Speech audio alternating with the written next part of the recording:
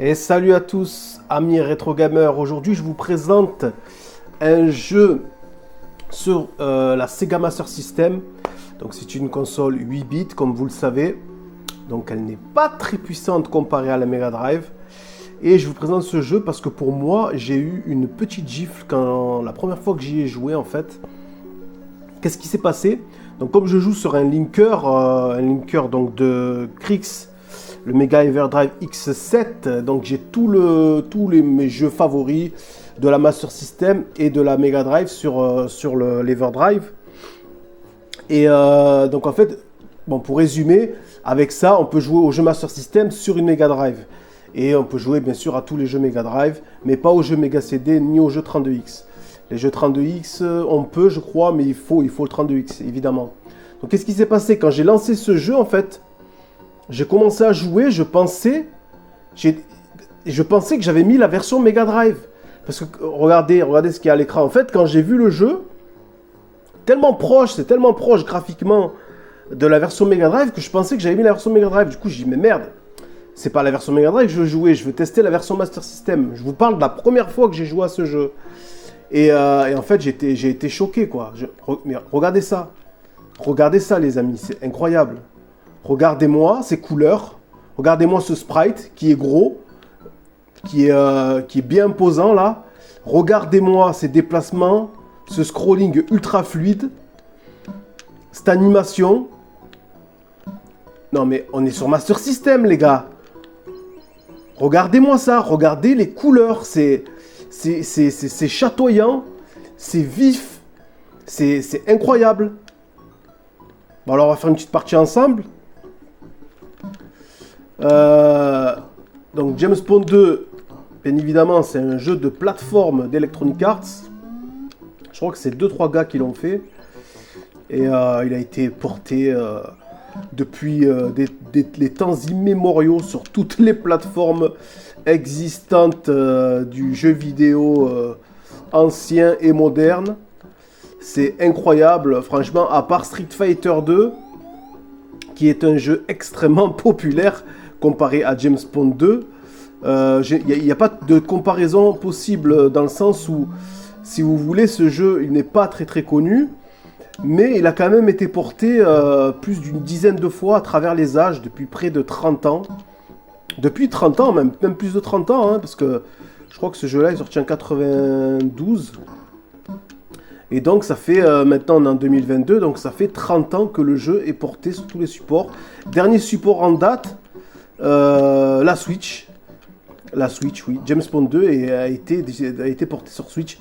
Et quand je dis porté, attention, c'est pas, ils n'ont pas refait le jeu, ils n'ont pas fait un remake, amélioré quoi que ce soit. C'est exactement la même chose depuis 30 ans, les gars. C'est quand même incroyable. Et ils ont un peu changé le level design. Mais en termes de réalisation, c'est quasiment la même chose, quoi. Allez-y, si vous le trouvez sur le store, sur Switch, là. Vous allez voir, ils ont un petit peu lissé les graphismes, mais c'est pareil, quoi. C'est pareil. Donc, alors, moi, j'adore ce jeu. Je vous ferai une vidéo à part pour vous parler de ma ludothèque et mon histoire sur ce jeu-là. En fait, là, je voulais juste vous montrer une vidéo pour vous montrer, en fait, l'exploit qu'ont réalisé l'équipe de production sur la Master System, les gars. Regardez-moi cette fluidité. Le jeu est hyper jouissif. Pourquoi? Regardez, quand je saute, en fait, les sauts, ils sont super hauts. Et ça, franchement, c'est vraiment plaisant. Honnêtement, il y a des tonnes de passages secrets. Regardez, là, je suis retourné en arrière. J'ai récupéré plein d'items. C'est du route avant l'heure.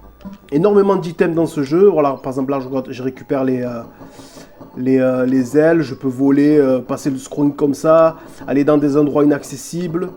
Alors là, j'ai les ailes parce que j'ai été dans un endroit secret. Donc là, vous voyez, si vous voulez, là, je peux continuer là, je peux sortir ici. Il y a plusieurs sorties possibles par niveau. Et franchement, voilà, il a une replay value impressionnante. Ce jeu, vous ne prenez pas la tête, c'est du fun instantané. C'est presque un jeu d'arcade pour moi. Et franchement, voilà, j'adore ce jeu. Alors dites-moi ce que vous en pensez, vous. Est-ce que... Alors certes, le héros n'est pas du tout charismatique. Quand vous jouez à James Bond, n'y jouez pas devant vos parents ou parce qu'ils vont vous prendre pour un mongol. Voilà, mais bon, il faut pas se fier aux apparences comme on dit. Et ce petit poisson tout mignon là, franchement, c'est... Voilà, là ça ralentit un petit peu ici, là, vous voyez. Mais honnêtement, je vais vous dire un truc, on est sur 8 bits. Le jeu, il ralentit moins. Écoutez bien, il ralentit moins que sur Super Nintendo. Voilà, sur Super Nintendo, il ralentit à mort. Je l'aime beaucoup sur Super Nintendo. Il y a des couleurs chatoyantes. Le jeu est très plaisant à parcourir. Mais il y a des ralentissements de ouf, de ouf, de ouf. On sait très bien que la Super Nintendo, donc elle a ce problème-là. Hein, son microprocesseur n'était pas assez puissant. Donc il avait du mal à gérer les actions rapides. Et ce jeu, on peut dire qu'il est rapide. Vous passez les stages, il y a des stages bonus. Putain, mais là, je joue n'importe comment, là. Alors que d'habitude, je suis un cador à ce jeu. Voilà, donc là, on vient de terminer un stage. Vous voyez que c'est quand même assez long. Et encore, j'ai pris des raccourcis. Hein. Mais franchement, les gars, regardez-moi. Moi, je suis toujours impressionné quand j'arrive sur la map. Donc là, c'est la map avec les portes, avec tous les mondes différents. Je suis impressionné, moi, je suis désolé. Master System, de voir tourner un truc pareil. Là, voilà. Là, on va passer le stage. Voilà, ça, c'est un truc marrant. Le premier stage, le premier monde du premier stage. Quand vous rentrez dedans, vous allez à gauche. Et puis, vous sautez le stage, quoi. C'est une petite warp zone.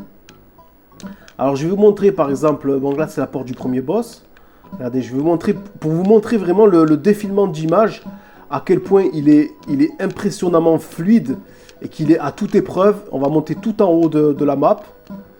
D'ailleurs, je monte comme ça, alors j'aurais très bien pu m'étendre, hein, parce qu'on peut s'étendre dans ce jeu.